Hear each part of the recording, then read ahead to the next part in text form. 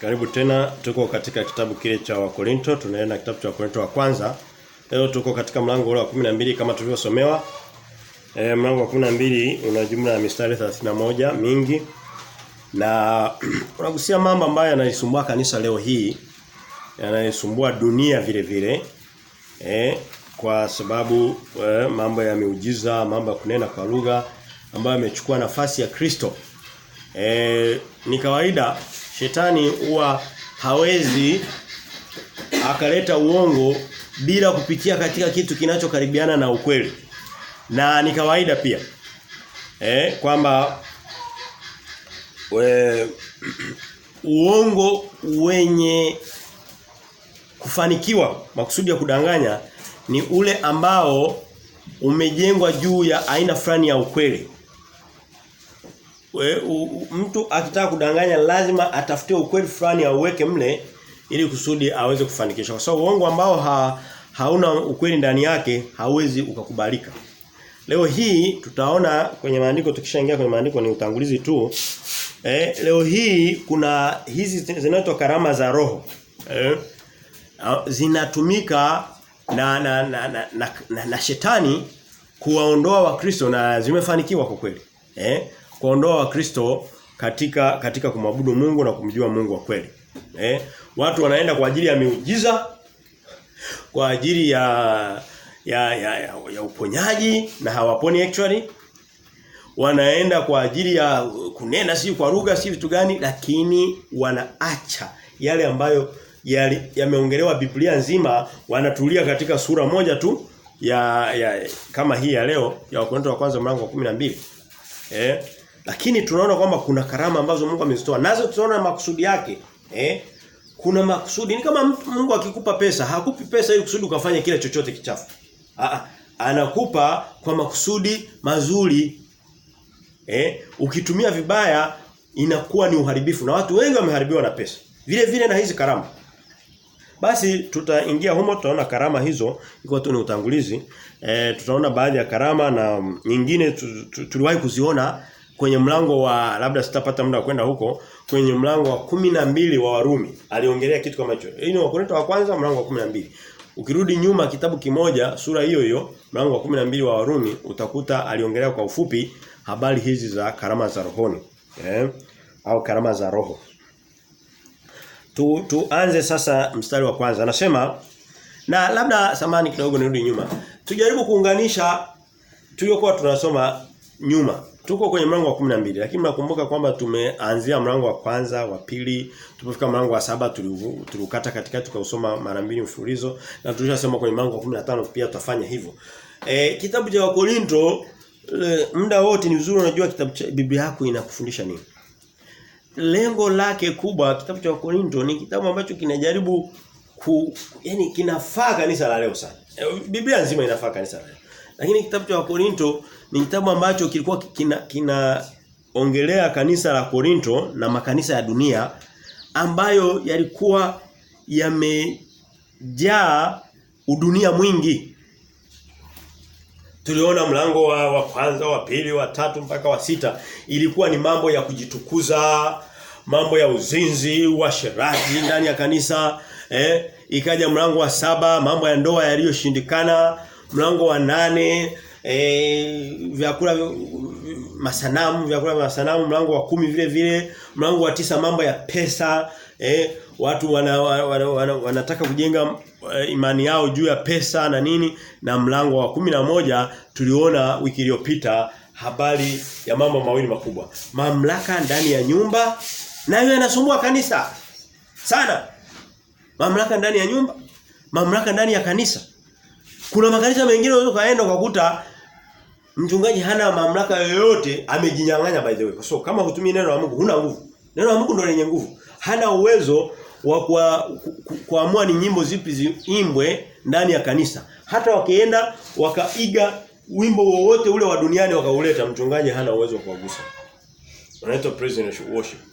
Wanaitwa sijui wanaitwa CAs, si vitu gani.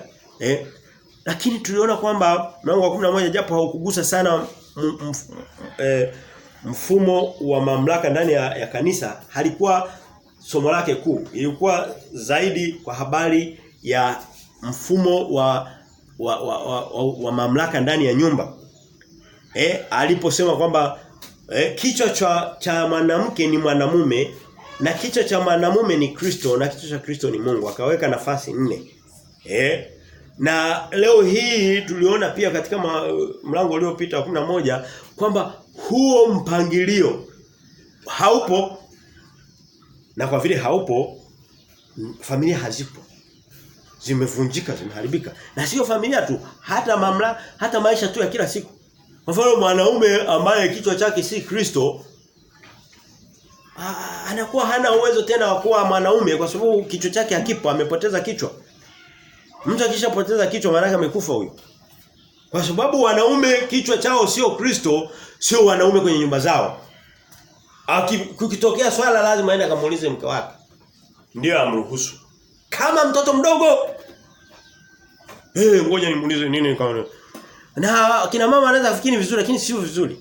Na mama anayejitambua hawezi kapendezwa na kuchukua mamlaka ya mume wake. Tuliona kwenye mlango wa 11. Kwa hiyo ni kitabu ambacho kwa kweli kinaongelea mambo yanayosumbua dunia. Wakati makanisa yakienda kanisani ni Bwana, ni vijimbo nyimbo tu. Ni maneno viwili vitatu tu. Lakini Mungu ameweka msaada, ameweka neno lake. Na hakuna amani ya dunia iko naondoka. Hakuna amani ya dunia inaweza kuwepo iwapo kweli ya Mungu aliyeumba dunia yake kuwekwa pembeni alafu watu wakajiongoza. Haipo hata siku moja. Kwa hiyo mlango wa 12 sasa tunatoka kwenye familia, na mlango wa 11 mkumbuka tunaongelea mambo ya kimo cha nywele. Alisema kwamba ni kosa na ni aibu kwa mwanamume kuwa na nywele ndefu.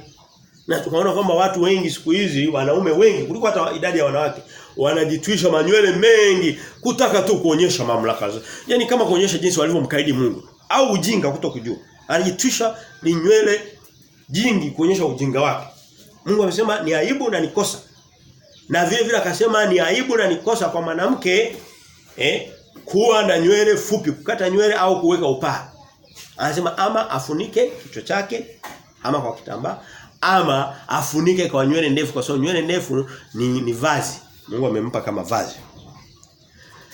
Sasa tuko kwenye mlango wa 12, ilikuwa ni ule utangulizi. Mlango wa 12 kama tulivyosomewa unaongelea mambo mchanganyiko, lakini kitu kikubwa ni karama.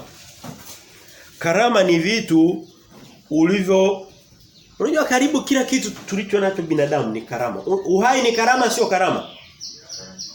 Kuwa hai ni karama. Lakini kuna zile karama maalum ambazo sio wengi walio nazo. Na zinapatikana kwa jinsi ya roho. Na roho hafanyi kazi na watu wote. Kuna karama za mwilini, za uhai, watu wote wameumbwa wako hai. Lakini kuna karama zinazotokana na kukaa katika neno la Mungu na kumtumikia Mungu, kama alivyoenda Yohana Mbatizaji. Alikuwa na karama zake. Hakuwa na karama ya uponyaji, yes, ya miujiza hakuwa nayo, lakini alikuwa na karama ya kuwa mkuu kwa watu wote. Mstari wa kwanza anasema, basi ndugu zangu, kwa habari ya karama za roho sitaki mkose kufahamu. Kwanza huu mstari wenyewe unatupa maana nzito. Kwamba kuna uwezekano wa watu kushindwa kufahamu, kuna uwezekano wa watu kutokujua kinachoendelea.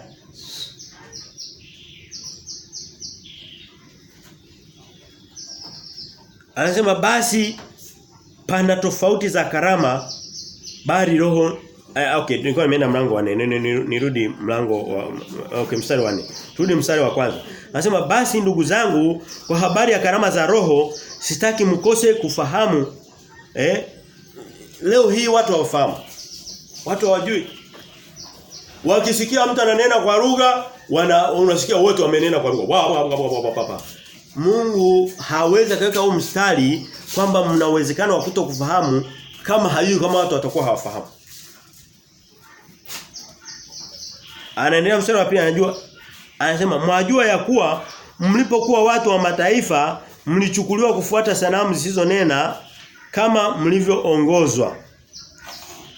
ujumbe wa hii neno nini? Ujumbe ni kwamba watu wa mataifa. Mtu anakuambia ni kijana labda nimempata binti mmoja anaenda kuoa. Au ni binti anakuambia nimempata mtu mmoja ananipenda sana anaenda kuolewa. Mungu ukimuuliza ni mtu wa mataifa, hana Kristo. Kulingana na neno la Mungu, watu wa mataifa wanaabudu sanamu. Kwa hiyo jiandae mtakapokuwa mmeshakaa mwaka wa kwanza na wa pili wa tatu. Mwaka wa kwanza labda hutajua siri za ile ndoa. Lakini baada ya mwaka wa 3, wa 4, wa 5 siri zote zitakuja, mtaanza kuabudu sanamu. Nimempata ana maduka mangapi pale mjini. Huwezi kujua siri ya yale maduka. Anasema watu wa mataifa Mungu wao ni masanamu, na nyuma ya sanamu tuliona katika mlango wa 10 wa kitabu hiki na mlango wa 8 anasema sanamu ni kiwakilishi tu cha mashetani. Kwa hiyo watu wa mataifa ndicho walicho. Watu wa mataifa ndio watu. Mtu yote ambaye hajawahi, haijalishi uko kanisani, hayuko kanisani, hajawahi kufungua kinywa chake na kukiri kwamba Yesu Kristo ni mwokozi wake kwa neno la Mungu, huyo ni mtu wa mataifa. Hiyo ndio maana halisi.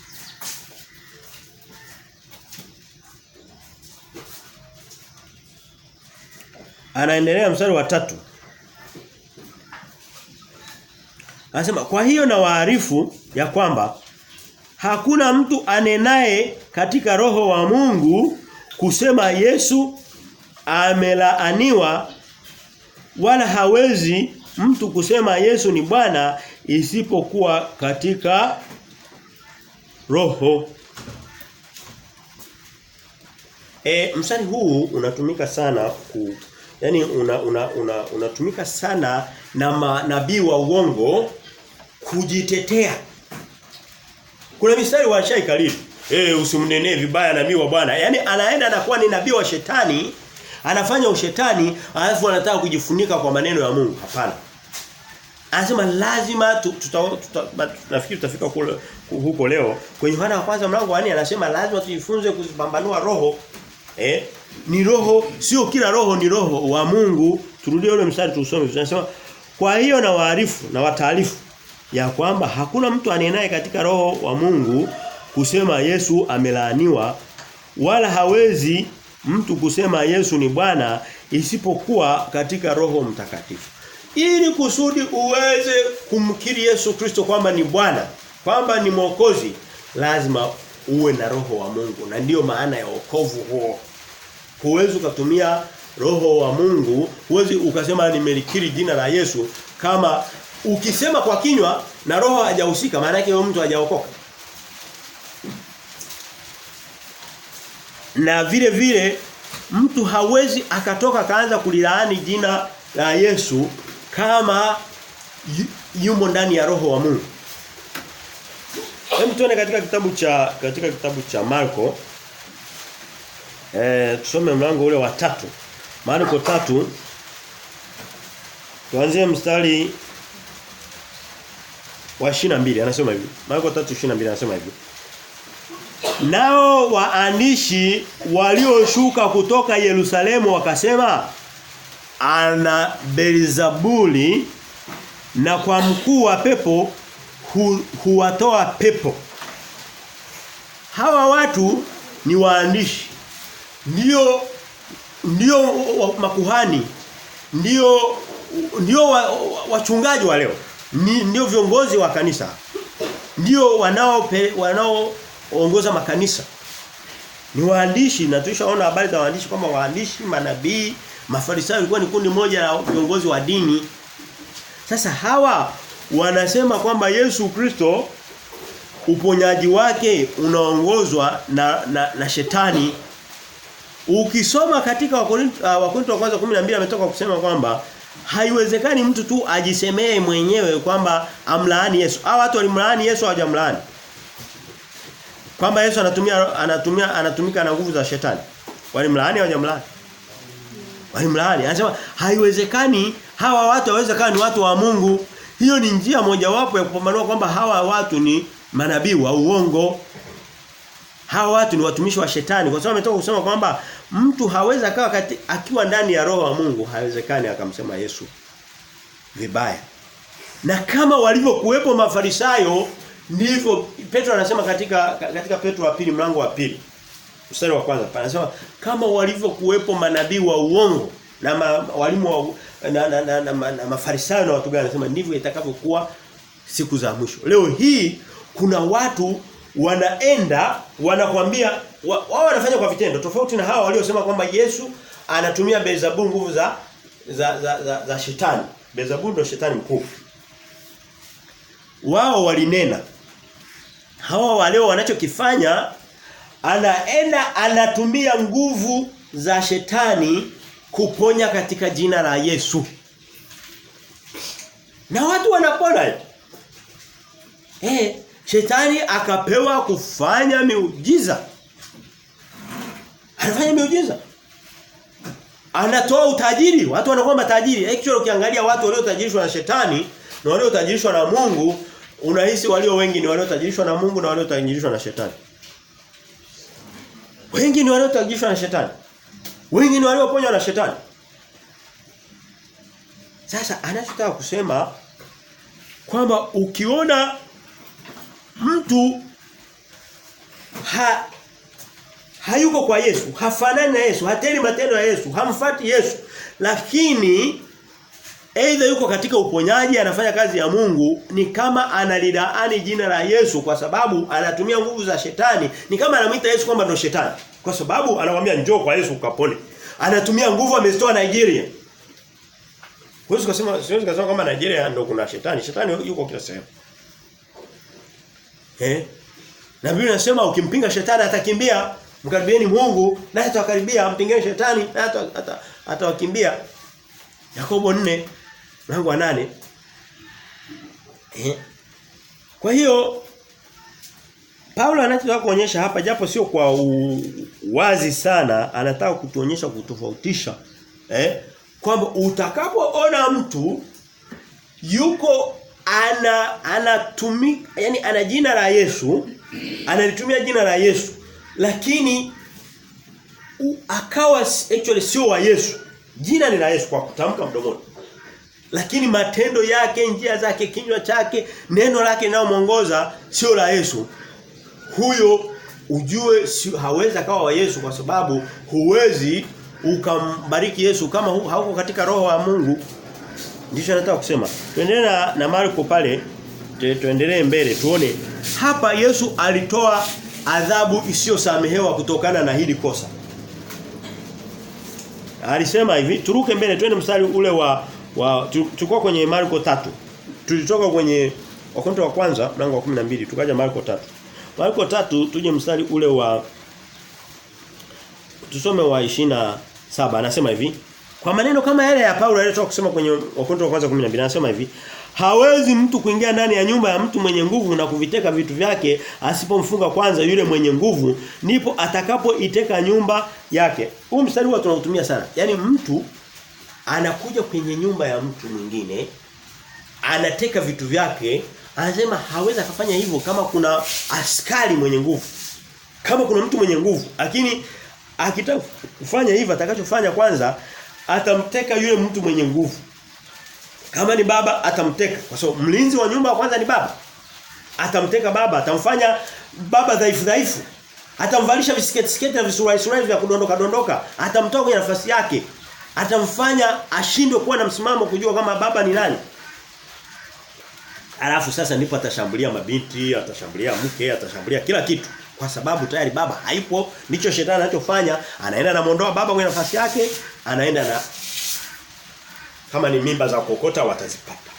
Kama ni uchafu wote wao watapata. Ni picha yake ni picha hiyo. Ni tafsiri yake. Lakini tuje katika maana ya lile somo. Hii ilikuwa ni application, ni matumizi, ni maana tafsiri yake. Lakini tuende mbele kidogo tusome ili kusudi tuweze kurudi kwenye mlango wa 12 tumalizie hii sehemu. Anasema mstari wa 28. Marko 3:28. Anasema amini nawaambia, dhambi zote watasamehewa wanadamu na kufuru zao watakazo kufuru zote. Dhambi zote. Una uwezo wa kusamehewa ukiomba msamaha. Una uwezo wa kuokolewa ukiomba wokovu, ukiupokea wokovu. Zote. Of course kuna nyingine ambazo ni kama hizi. Unajua kauli moja, sentensi moja haitoshi kueleza kila kitu. Alikuwa anamaanisha kwamba ziko dhambi nyingi sana. Unaweza ukasamehewa. Lakini kuna dhambi anasema haitasamehewa. Anasema amini nawaambia dhambi zote watasamehewa wanadamu na kufuru zote watakazo kufuru. Bali mtu atakayemkufuru Roho Mtakatifu hana msamaha hata milele, ila atakuwa na dhambi ya milele kwa vile walivyosema ana pepo mchafu. Wanakuambia ukimgusa nabii wa Bwana utakuwa umemkufuru Roho Mtakatifu pana. Yesu alikuwa anasema kwa habari za anafafanua anasema ni kwa sababu walimwambia Yesu ana pepo mchafu. Leo hii ukiniambia kwamba mimi hapa nilipo ninahubiri kwa nguvu za shetani, unakosa la ajabu sana kwamba labda umefanya kitu kisicho cha kawaida kwa sababu mimi sio Yesu. Unaweza kuwa umekosea kwa sababu hujui neno au mtu hajui neno, lakini ni miongoni mwa makosa yatakayosamehewa. Lakini ni lile hawa watu waliposema kwamba Yesu anatumia nguvu za shetani, wakamuingiza Roho Mtakatifu. Kwa mfano hata watu wangemtukana Yesu tu wakasema wewe ni chafu, ni ondoka kwenye kijiji. Hakuwa na tatizo. Tatizo ni yule roho aliyokuwa juu yake ambaye ni Roho Mtakatifu wa Mungu. Ndilo lilikuwa tatizo na ni juu ya Yesu. Na sio juu ya watu wengine wote. Hakuna mwanadamu special kuliko wengine wote. No, hakuna mwanadamu special. Biblia inasema watu wote mtu akisha alipokea jina la Yesu Kristo, kwanza anaitwa kuhani. Tena anakuwa kuhani wa kifalme. Wote wanapanda cheo mbele za Mungu kinacholingana. Tofauti yao ni kwenye zile thawabu atakazotoa na Yesu Kristo siku ya mwisho ya kazi walizozifanya. Kwa hiyo nikitoka hapa na hii ndicho wanachotumia manabii wa uongo kujirinda kwa mistari kama hii. Ndio wanaotumia ule mstari wa tuliosoma kwenye Wakorintho wa kwanza 12. Unasoma sambamba na huu wa kusema kwamba wanatumia nguvu za mashetani, kwani hakuna wachungaji wanaotumia nguvu za mashetani kwenye madhabahu ya Mungu. Basi wasisemwe. Actually Biblia inasema wasemeni waziwazi tena mjitenge nao. Mtu yuko mbele, shetani wake au Mungu wake ni fedha. Akienda kwenye mahubiri lengo lake ni kukusanya fedha. Fedha ni chombo cha shetani. Anakuwa ni mtumishi wa shetani. Lakini nakwambia usiliguse jina la mtumishi wa Mungu. Hapana. Actually ndio waliojaa hapa mjini. Kwa sababu hawana neno la Mungu. Basi tutarudi pale kwenye tutakuja kusoma pia na tulishawahi kusoma dhambi zisizosamehewa. Moja wapo ni hawa Mafarisayo na walimu wa sheria waliosema kwamba Yesu Kristo ni nani? Anatumia nguvu za shetani kuponya. Kwa hiyo tunaona pia Yuda Iskarioti naye dhambi yake ilikuwa haisameheki. Anasema bora tu angetupwa, angefungiwa jiwe na kutupwa baharini, au bora asingalizaliwa, so hana msamaha. Lakini watu pia wanaoliharibu neno la Mungu wanaenda wanafuta Biblia, maneno ya Mungu wanaweka ya kwao. Hao wote wako kwenye kundi moja lisiosamehewa. Kuna dhambi za kishoga zinazokuja kufunika dunia. Ukisoma katika Warumi mlango wa kwanza na sehemu nyingine tushaje kugusa, linaenda katika kundi. Mungu anasema aliwaachilia hao watu akaachana nao. Sasa mtu kisha achiliwa na Mungu, atakayepokea ni shetani, unaangukia kwa shetani. Dhambi za kishoga zimo kwenye hilo kundi. Na dhambi kadhaa. Okay, dhambi nyingine kwenye nyakati za mwisho, mtu atakayechukua chapa ya mpinga Kristo na mtu atakayechukua namba ya mpinga Kristo, naye atakuwa hana uwezo wa kuokoka tena.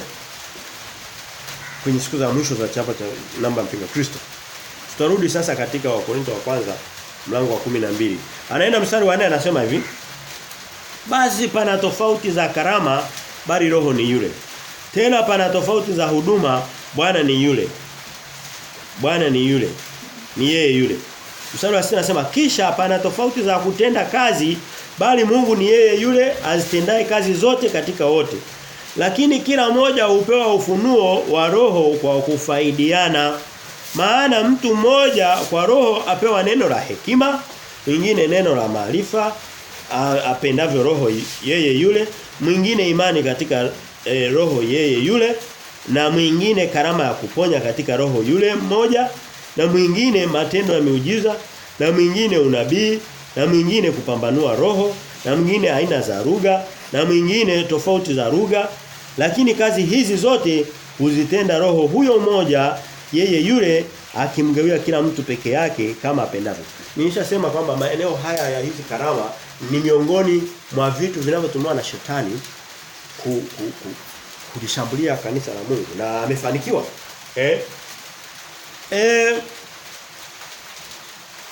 Picha anayosema hapa ni kwamba wanadamu wote hatufanani. Na atakuja kufafanua katika mistari inayofuata mingi tu kwamba tumewekwa kama viungo.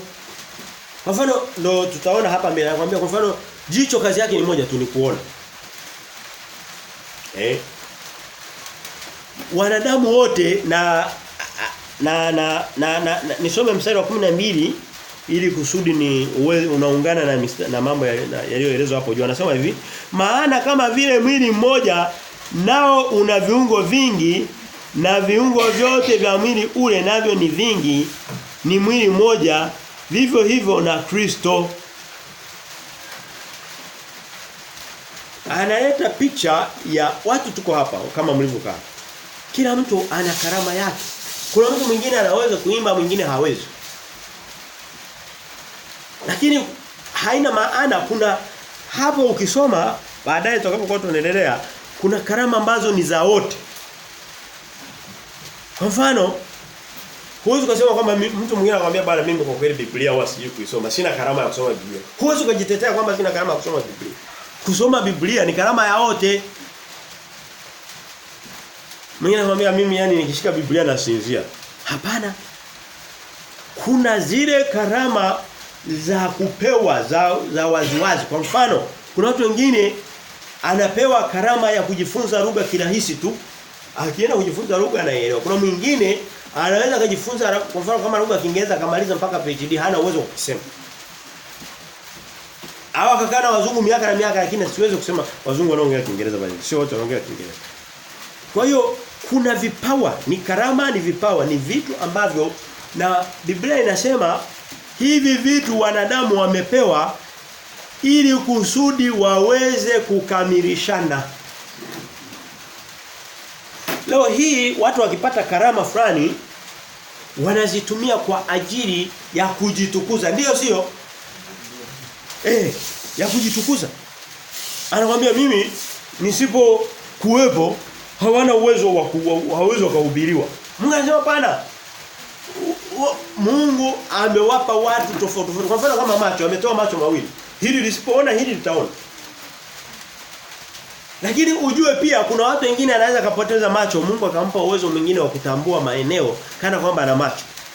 Mungu ana uwezo wa kuinua watu kwa wakati tofauti tofauti. Kwa mfano Musa alipoondoka, Mungu akamuinua Joshua. Haikumzuia kazi ya Mungu kuendelea, haikuzuia kazi ya Mungu kuendelea mpaka akafika katika nchi ya ahadi. Lakini katika hali ya kawaida ungedhani kwamba Musa akishaondoka basi safari imefia pale. Hapana. Because Musa hakuwa mbinafsi. Alihakikisha kwamba yule roho aliyokuwa juu yake amemkabidhi kwa Yoshua na Mungu akatia muhuri ile kazi kwa sababu ndiye aliyekuwa ameibariki. Kwa hiyo ninachotaka kusema hapa na hii habari za karama tutakuja kukutana nazo sehemu tofauti tofauti. Kwa mfano kwenye mlango wa 14 wiki mbili zijazo tutasoma mambo ya kunena kwa lugha. Na kunena kwa lugha leo hii ndiyo alama ya ulokole, ndiyo sio? Mtu ambaye hajanena kwa lugha anaona hajaokoka. Mungu hajaje kusema hizo habari. Wokovu sio tendo la mwanadamu, ni tendo la mtu kupokea wokovu. Biblia inasema yeyote atakayeliitia jina la Yesu Kristo Warumi 13 Warumi 10:13 atakayeliitia jina la Yesu Kristo ataokoka. Hajasema yeyote asiyenena kwa lugha hawezi kuokoka. Uongo. Na sura ya 14 ina mistari mingi kweli kweli na wasiwasi kama inafika karibu 40 iko 38. Yote inahusu habari ya kunena kwa lugha. Kama na turudi hapa katika Wakorintho wa kwanza 12 anasema hivi. Mfano mstari wa 10 anasema hivi. Na mwingine matendo ya miujiza, na mwingine unabii, na mwingine kupambanua roho, na mwingine aina za lugha. Hebu niulize, aina za lugha maana yake ni nini? Ni lugha 2, 3, 4, 5, si ndio? Ni lugha kadhaa. Haya. Ni nani ambaye alishasikia au kuona kwenye TV akaona kuna lugha zinaongelewa kwenye makanisani? So au akasikia. Turudi katika kitabu cha Matendo ya Mitume kwa ufupi tu, tutaenda pale afu tutarudi tena kwenye mlango wa 12 kusudi tusikawie sana. Twende katika Matendo ya Mitume. Unenaji wa lugha ulianza siku ya Pentekoste na kimsingi ulitokea siku hiyo ghafla. Na anasema ikatokea ghafla, haikuja kama kwa mipango kwamba leo tutakuwa tunanena kwa lugha, njoni leo mtaenda kufundishwa kunena kwa lugha. Hapana, anasema ilikuja ghafla na ikaja na ndimi za moto. Mstari wa 30 mlango wa 2 Matendo ya Mitume mstari wa 8 anasema imekuwaje basi sisi kusikia kila mtu lugha yetu tuliozaliwa nayo. Anataja lugha 17, Wapathi, Wamedi, Waelami, wakao Mesopotamia, wa Uyahudi na Kapadokia na Ponto na Asia. Lugha zote hizo zilikuwa 17, zilitajwa 17. Inaonekana anasema lugha zote za chini ya nchi ya kwenye uso wa nchi. Kwa sababu watu wote wa dunia walikuwa wameletwa pale. Ilikuwa ni muujiza wa Mungu wa ajabu. Ndipo agano la jipya la kanisa lilikuwa linaanza ni kama lilikuwa linazinduliwa rasmi. Mungu akawaleta watu. Zikanenwa lugha zote zilizoelezwa tu hapa ni 17. Haya, huwa zinanenwa lugha gani katika yale makanisa? Shetani anachokifanya anatumia na mara nyingi anapenda vitu vya kuonekana na kuvutia macho. Yesu anasema, Biblia inasema katika Wakorintho wa kwanza mlango wa 4 kama nafikiri wa pili mlango wa 4:10 anasema tusiangalie vile vitu visivyoonekana, vinavyoonekana, bali vile visivyoonekana viduruvyo hata milele. Wanatafuta vile vitu, wanakuambia mtu anakuambia leo natabiri kombe la dunia. Mtu mmoja anajiita TB Joshua. Ana wafasi dunia nzima. Leo kombe la dunia linachukuliwa na timu ya Kiafrika, inaenda hata haitokei. Ninatabiri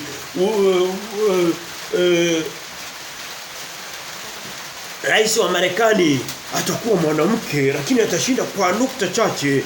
Sijui ndio itakuwa mara ya kwanza katika historia. Haitokei. Wewe unasema hii miujiza na shetani anatafuta zile sehemu. Lakini siku na tuende katika kitabu cha tulikuwa kwenye Matendo ya Mitume, tukitokea katika Wakorintho wa kwanza, twende katika Marko mlango wa mwisho ule, mlango wa 31. Anasema hivi, Marko mlango wa mwisho ambao ni mlango wa actually sio 31, ni mlango wa 16. Mstari ule wa mwisho pia, mstari wa 20 anasema hivi. Mstari wa 20 Marko 16 anasema, nao wale wakatoka wakahubiri kote kote, Bwana akitenda kazi pamoja nao na kuthibitisha lile neno kwa ishara zilizofuatana nalo. Mungu anasema analeta ishara na aleta ishara. Hapa agano jipya linakwenda kulifuta agano la kale. Sio kulifuta, kuchukua nafasi yake au kulikamilisha. Mungu anatumia nguvu zisizo za kawaida za miujiza kuonyesha watu kwamba yeye ndiye aliyefanya hiyo kazi. Kwa mfano ilikuwa ni vigumu sana, Mafarisayo wako pale wamehubiri hivyo tangia nyakati za nyuma, alafu aje mtu kama Petro aanze kuambia kwamba Sabato haipo tena. Ilikuwa ni vigumu sana mpaka Mungu alipoleta miujiza, anasema alithibitisha. Alikuwa anathibitisha lile neno kwamba ni langu, ni la kweli kwa kutumia miujiza. Leo hii watu wanakataa neno la Mungu sio kwa sababu hawaamini kwamba neno la Mungu, kwa sababu hawataki kuliamini. Hawana kitu cha kuwazuia kuamini, ni sababu zao tu za kibinafsi.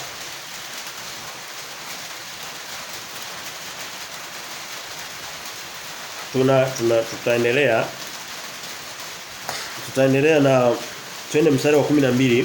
Kwa hiyo hizi kabla tuende hiki kipande kinachoanza mstari wa 4 mpaka wa 11 tutakuja kurudia kidogo. Baadhi yake tutaiona kwa sababu ni mambo mazito kwa kweli. Ni vigumu sana kupitia katika kile mstari, na bahati mbaya pia wasikilizaji wangu Biblia sio mwenyeji, walio wengi hawaielewi sana. Kwa hiyo tutakapoenda katika undani wa mistari kidogo tutakuwa tunapotezana, inabidi tupite juu kidogo.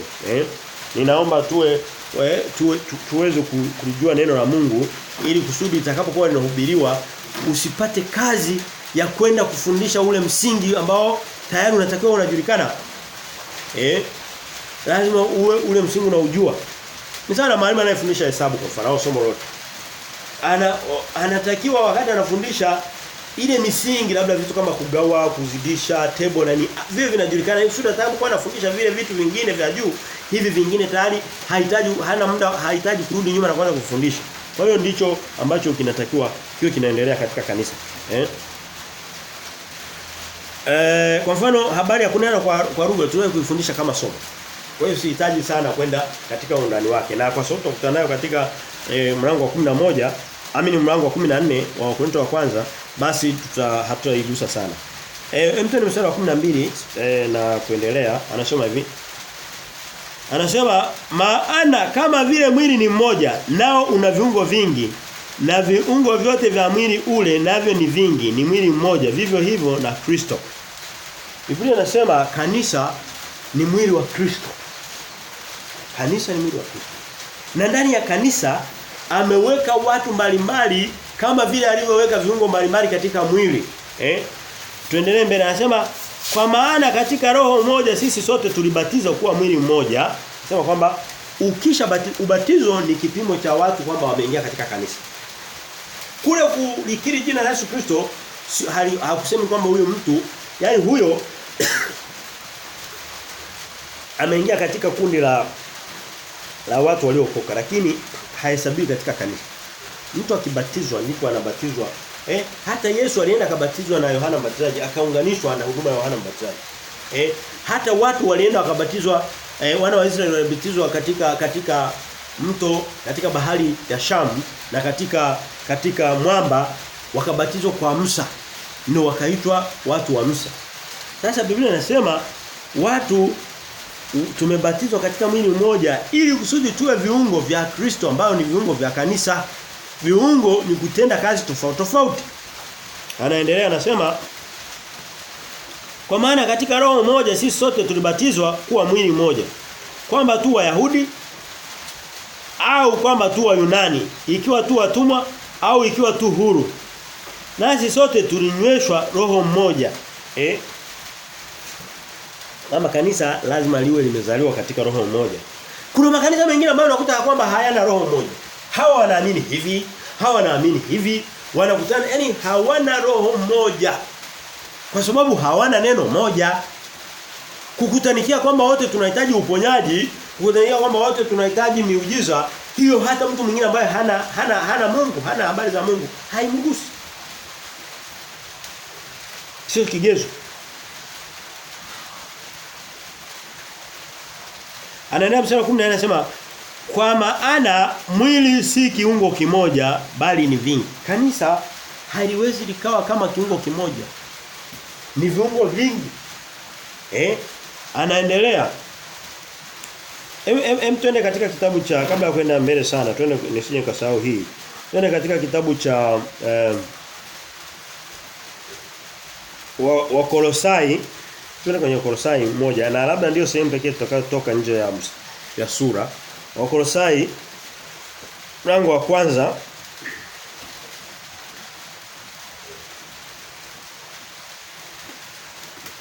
Kolosai mlango wa kwanza mstari wa 18 Biblia inasema hivi. Kolosai mlango wa kwanza mstari wa 18 Biblia inasema hivi. Naye ndiye kichwa cha mwili, akimaanisha habari za Yesu Kristo, yaani cha kanisa. Naye, kwa hiyo Kristo ni kichwa. Chini yake kuna mwili ambao ndo kanisa. Na anakuambia mwili una viungo vingi, sio kiungo kimoja.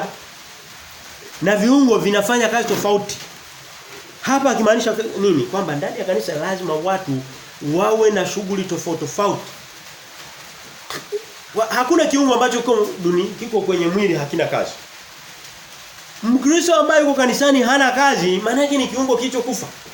Kulingana na hili neno. Lazima kuwe na kazi fulani. Mungu anasema na tutaona turudi katika Wakorintho wa kwanza 12 anasema mstari wa 17 anasema hivi. No 17 hatujafika. Tulikuwa kwenye 10 na twende 15 anasema mguu ukisema kwa kuwa mimi si mkono, mimi si wa mwili. Je, si wa mwili kwa sababu hiyo? Mstari wa 10 na sikio likisema kwa kuwa mimi si jicho, mimi si la mwili. Je, si la mwili kwa sababu hiyo? Mstari wa 17 kama mwili wote ukiwa jicho, kuu wapi kusikia? Kama wote ni sikio, kuu wapi kunusa? Bali Mungu amevitia viungo kila kimoja katika mwili kama alivyotaka. Unajua ni kwa mapenzi ya Mungu, sio kwa mapenzi yetu. Mungu akikuleta katika kanisa ukao uko pale, useme ni kama vile alivyochukua kiungo akakiweka pale. Ni kwa makusudi yake, ni kwa mpango wake. Unaweza kusema nimeingia mwenyewe, nimepanga mwenyewe, lakini hapana. Leo hii watu wengi wanakuwa makanisani hawakui. Hawabadiliki. Hawaoni ile nguvu ya Mungu kwa sababu anaenda Mungu amemweka pale anasema ufanye kitu hiki, hafanyi hicho. Mungu anakuambia na mimi nakuacha. Anakutelekeza. Kwa sababu anasema nifanye hivi viungo. Kwa mfano jicho limewekwa lione, likataa kuona, litakuwa linakwamisha mwili. Litakuwa halijatimiza wajibu wake. Na anasema mguu hauwezi kusema kwamba mimi kwa sababu labda si kichwa na niko huku chini basi sitaki kufanya kazi ya mguu. Kwa hiyo Mungu anatoa mfano mdhaifu sana, mlaini sana, mwepesi sana kuelewa kwa kutoa mfano wa viungo kwamba kila kiungo, mguu unapotembea wakati huo jicho linaona, lazima washirikiane. Jicho linapoona kinywa kinakuwa labda kinaongea, kinautetea. Kwa hiyo kanisa kazi yake ni kufanya kazi kama viungo vya mwili. Anaendelea mstari ule wa 10 na mstari wa 10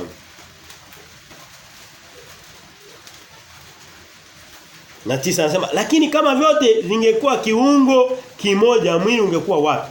Lakini sasa viungo ni vingi ila mwili ni mmoja. Na tumeona mwili ni Kristo. Mwili ni Kristo, ni kanisa, lakini zaidi yeye ni kama kichwa. Ni ile sehemu ya juu ndiye anayeongoza. Kichwa kazi yake ni kuongoza vitu vingine vyote, viungo vingine vyote. Kwa hiyo tunapokuwa kanisani tujue kwamba tumeungana na Kristo kama kichwa chetu. Na tukikaidi tujue tumemkaidi Kristo. Ndio maana kwa sababu ndiye sehemu ya juu ya mwili ambayo ndio kichwa ndio kiongozi. Anaendelea mstari ule wa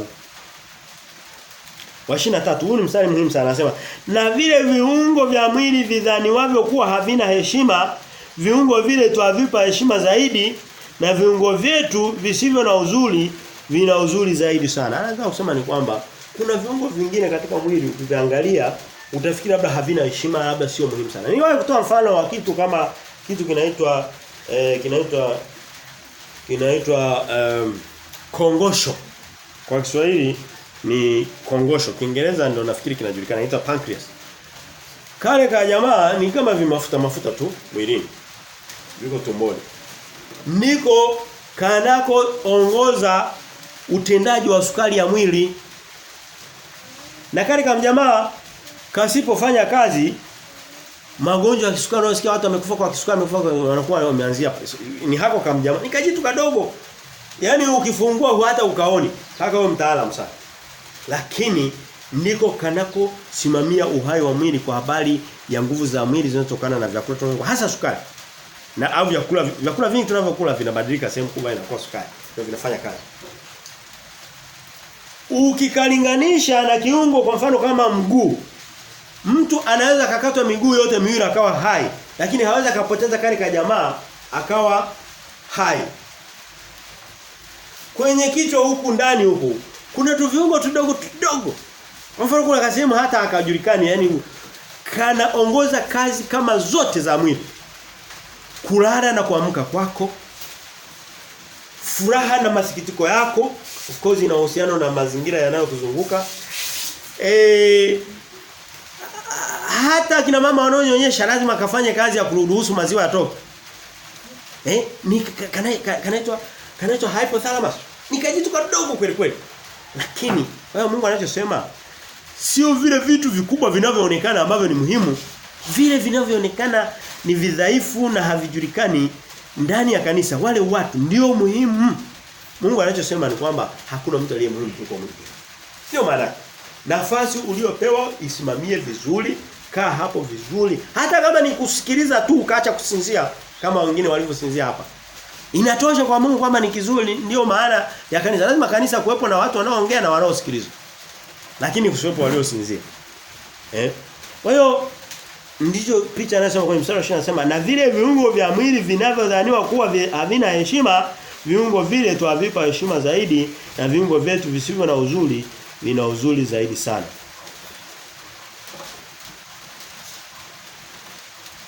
Mstari wa 24 anasema hivi. Anasema kwa maana viungo vyetu vilivyo na uzuri havina uhitaji, bali Mungu ameunganisha mwili na kukipa heshima zaidi kile kiungo kilichopungukiwa. Anasema kile kiungo kilicho dhaifu. Mungu ndicho anachokiangalia zaidi. Hebu tujiulize, kuna Yesu alitoa mfano katika injili zote. Nafikiri kutoa injili ya Yohana.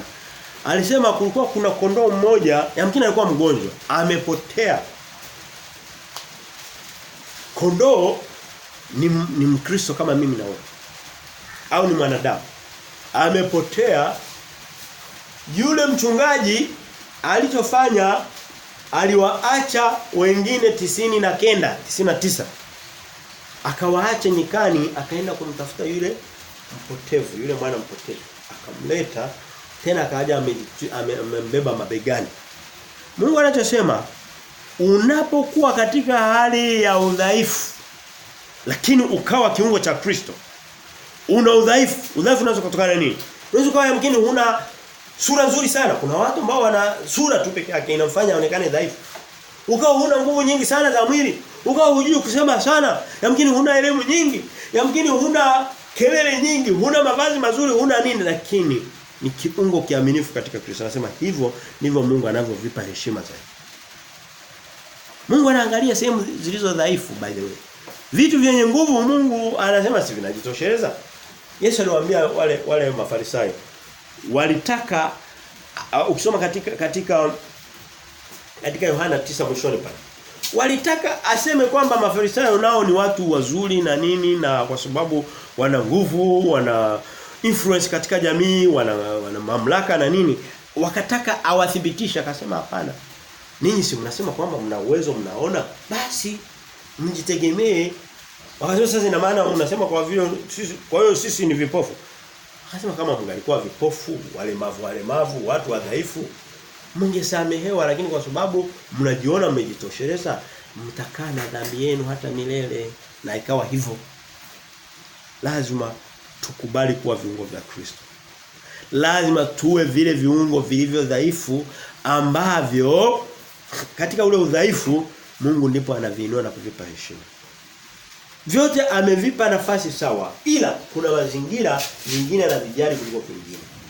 Vile vinavyomtumainia, vile vilivyo vidhaifu. Mungu anajua udhaifu wako. Mungu anajua umepungukiwa wapi, lakini anataka umtumainie. Anataka tumtumainie. Mstari wa 27 anathibitisha maneno yote alikuwa anaongelea katika sura nzima. Anasema, "Basi ninyi mmekuwa mwili wa Kristo na viungo kila kimoja peke yake." Anasema kila mtu aliyeko hapa ni kiungo cha Kristo. Ukiona Yesu anakuambia wewe ni kiungo cha Kristo, alafu ukataka kutokuwa kiungo cha Kristo, ujue umeamua mwenyewe kujitoa. Lakini yeye anasema ukiwa hapa ni kiungo cha Kristo. Ukiona hutaki kuwa kiungo cha Kristo, anasema hamna shida. Ataenda, kwa mfano mguu ukikatika haifanyi mwili usiwepo. Hapana. Haifanyi mwili usiwepo. Hapana. Viungo vyote vina kazi. Ni muhimu. Lakini kiungo kama kiungo hakiwezi kikasimama peke yake kikasema mimi ndiye nasababisha uhai uwepo. Hapana. Lazima vishirikiane, na Kristo anajua kwamba hata mmoja akipungua bado atamuinua mwingine. Nabii mmoja akiondoka Mungu atamuinua mwingine. Mhubiri mmoja akiondoka mwingine Mungu atamleta. Mwimbaji mmoja akiondoka Mungu atamleta mwingine. Lazima tujue kwamba Mungu ametuweka kwa makusudi ya kazi yake, lakini tusipoyatimiza ana uwezo wa kubadilisha. Katika kufunga mlango wa 12 mstari wa 28 anaongelea zile karama na zirudia kama alivyozianza kule. Anasema na Mungu ameweka wengine katika kanisa, wa kwanza mitume, na wa pili manabii, na watatu walimu, kisha miujiza, kisha karama za kuponya wagonjwa, masaidizano na masaidizano na maongozi, na aina za lugha. Je, wote ni mitume, wote ni manabii, wote ni walimu, wote wanatenda miujiza, wote wana karama za kuponya wagonjwa, wote wanena kwa lugha, wote watafsiri. Na anasema takeni zile karama zilizo muhimu. Kwa kweli mistari hii ni mistari mizito sana. Ni vigumu sana kuanza kuitafakari yote, kwa sababu kila kimoja tushasema tutakuwa tunakitafakari kama somo. Kwa sababu ni maeneo ambayo na tuliona katika utangulizi pia sehemu ya kwanza ya mistari ile ya mwanzo. Lakini tunachojua ni kwamba hizi karama nyingine ni zile za karama za jumla, za asili. Kwa mfano masaidizano, kusaidiana. Mtu amepungukiwa unampa ulicho nacho. Mtu ana shida unalia naye. Anasema lieni na wanaolia, furahini na wanaofurahi. Naomba nichukue nafasi hii kwa kweli kuongelea kitu kinachoitwa kuwa mwili mmoja katika Kristo. Ukiona ndani ya kanisa kuna aina fulani ya matengano. Kwa mfano mwili una jicho, kwa mfano una na mguu. Havina uhusiano wa moja kwa moja, lakini vina ushirikiano wa pamoja 100% kwa 100. Hata kama haviko sehemu moja. Kimoja kiko kule juu, kingine kule chini. Ukiona una kanisa ambalo kwa mfano kuna vitu kama maneno ya kusemana, masengenyo fulani, na mara nyingi kuna mtu kwa mfano ameanguka katika dhambi. Ni dhambi inajulikana, labda mtu anakuwa kanisani lakini matendo yake ya nje ni ya kiuzinzi na uasherati. Hayo sio masengenyo kwa sababu ni dhambi. Ni kutokana na vile viungo vitakavyoleta taarifa kwamba jamani, hiki kiungo katikati yetu kinauma. Ni sawa. Aidha taifa inaweza kumfikia kiongozi, inaweza kumfikia mchungaji, inaweza ikafikia sehemu husika, labda kama ni kijana au binti au ni nini, inaweza kumfikia mzazi. Sawa. Hatuna maana kwamba watu wasemane. Lakini ambacho Mungu anakataa na anakisema sana katika kitabu cha Tito na Wakolosai, hasa Tito. Ni ile kusengenyana. Fulani bwana ni mroho. Fulani sana ana tabia ya kwanza ana kichwa kimepinda. Yaani vitu hapana, hivyo vitu naomba kwa kweli kama tunakuwa kama kanisa. Kwa sababu hapa ndio sehemu yake ya kuongelea habari za viungo. Tunaweza tukakemea dhambi, kwa manabii wa uongo huko na nini, lakini lazima sisi kama viungo tuangalie, je, ni viungo safi? Kwa sababu kiungo kikiugua lazima kipeleke hospitalini, la sivyo kitaua mwili mzima. Mtu mmoja ana uwezo anasema ukisoma katika Wakorintho wa kwanza zilipokuwa hapo, ilitokea kwenye mlango wa 5 anasema kama kuna mzinzi katikati yenu muondoeni. Toe asija kaeneza lile tatizo kwa wengine. Kama kuna viungo vingine, kwa mfano ukipata kansa, labda kansa ya kidole, kinakatwa ili kusudi ile kansa isifike mbali ikaua mwili mzima. Kama kuna tabia kwa mfano au chuki katikati ya kanisa, watu wanachukiana, kwa kweli naomba turudi kwa Mungu. Na hata tukisoma neno la Mungu kuanzia mwanzo mpaka Ufunuo, tukarudia tena, tukaenda tena, tukarudia tena hata mara 50. Kama hatuna uwezo wa kuwa na umoja sisi kwa sisi, Mungu anakataa umoja wa dunia nzima, hasa wale wanaompinga Kristo. Hao Mungu anasema jitenge nao. Lakini ninyi kama kanisa, kama chombo kimoja, kama kiungo, kama mwili mmoja, lazima muwe na kitu kimoja. Jicho haliwezi likatenda kitu kiovu dhidi ya mkono. Hicho ni kitu cha msingi sana. Na je, tunafanya hivyo kwa sababu watu ni wakamilifu? Hapana. Ni kwa sababu tumeagizwa hivyo. Ni kwa sababu tumeagizwa hivyo. Tusome Yohana mlango ule wa 13 mstari wa 34. Kwa hiyo hicho kitu kwa kweli wakati tunaitafuta Yohana tukielewe. Tukielewe kabisa. Tuwe makini. Na hiyo iwe ndio tofauti, kipimo cha wewe kulielewa neno la Mungu kuliko au mimi. Sina maana wewe kwa maana kwamba na mtu, hapana. Leo tuko katika sura ya 12. Sura ya 12 inachokihubiri ndicho tunachokihubiri. Inachosisitiza ndicho tunachokisisitiza.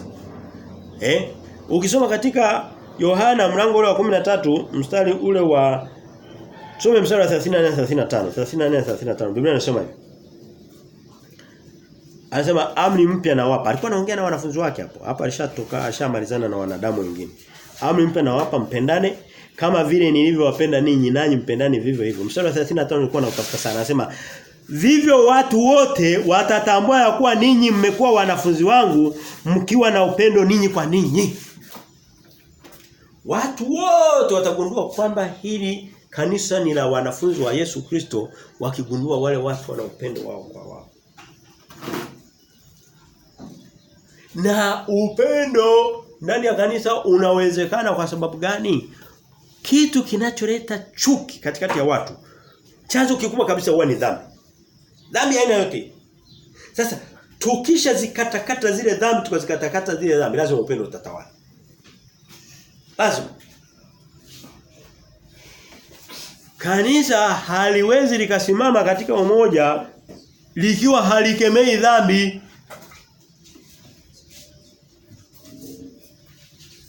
Likiwa halikemei dhambi. Dhambi za aina zote. Na hata zile za kumchukia Mungu. Hata dhambi ndogo ya kulinena bure jina la Mungu ina uwezo wa kulisambaratisha kanisa au kulifanya kuwa tu ni kijiwe cha watu waliokusanyika. Kwa hiyo katika kufunga tutaishia hapa. Nilikuwa nina maandiko mengine lakini yamkini haya tutaangalia katika sura ya baada ya sura 13, tutataka kuingia sura ya 14. Nilichotaka kusema katika kufunga ni kwamba mambo ya miujiza, mambo ya kunena kwa lugha, mambo ya nini, Yesu yako kwenye Biblia kweli, lakini mara zote Yesu alikuwa sio Yesu, maandiko kwa ujumla yalikuwa yanapinga sana kuweka mbele miujiza, uponyaji. Mungu anaweza kuponya hata leo. Lakini ule uponyaji unaofanywa makanisani Kwanza ni fake, haudumu. Huwezi kukuta mtu aliyeponywa na haya makanisa. Warokole ndio wagonjwa kuliko kabila nyingine zote. Kama uponyaji ungekuwa huko kwenye makanisa ya kirokole, kwa nini ukimwi unakuwa mwingi katikati ya makanisa ya kirokole? Kuna mtu anaweza kujibu hilo swali au kuna mlokole anaweza kujibu hilo swali? Kwa hiyo ni uponyaji fake. Uponyaji fake ni mwingi sana. Kama hivyo bidhaa fake za Kichina mjini hapa. Ndivyo na ulokole fake, uponyaji fake, miujiza fake, kwa sababu vimepingana. Biblia inasema katika kufunga kabisa, anasema hivi vitu vililetwa kama ishara ili kulithibitisha lile neno hasa lilipokuwa bado liko dhaifu. Watu hawajawahi kusikia kuna Yesu. Kwanza neno la Yesu, jina la Yesu. Anasema mlibatizwa habari za Yesu, anasema hatujawahi hata kusikia hizo habari, hatujui mtu. Hamjui. Lakini Mungu akawa analeta ile muujiza kwa wakati ule ili kusudi iweze kulithibitisha neno lake liandikwe leo katika Biblia. Leo hii hatuhitaji kuthibitishwa kwamba Yesu ni Mungu, Yesu hapana. Ni kuamua kumkataa au kumkubali, lakini kweli uko pale pale kwamba Yesu anajulikana baada ya hii miujiza kuwa imefanyika nyakati za Paulo na Petro na wakati wa Yesu mwenyewe. Baba, tunakushukuru kwa mema na fadhili zako. Asante kwa kutuongoza katika mlango wa 12. Mungu, tunaomba neno lako likaendelee kuthibitisha, likaendelee kutenda kazi katika viungo vyako, katikati ya watu wako Mungu. Tunakuomba Yesu Kristo kaendelee kutuhudumia hata vipindi vingine vinavyoendelea pamoja na sisi, na utubariki katika siku ya leo na hata wiki yote iliyoko mbele yetu. Mungu, tunakushukuru katika jina la Baba na la Mwana na Roho Mtakatifu tunapokea. Amen.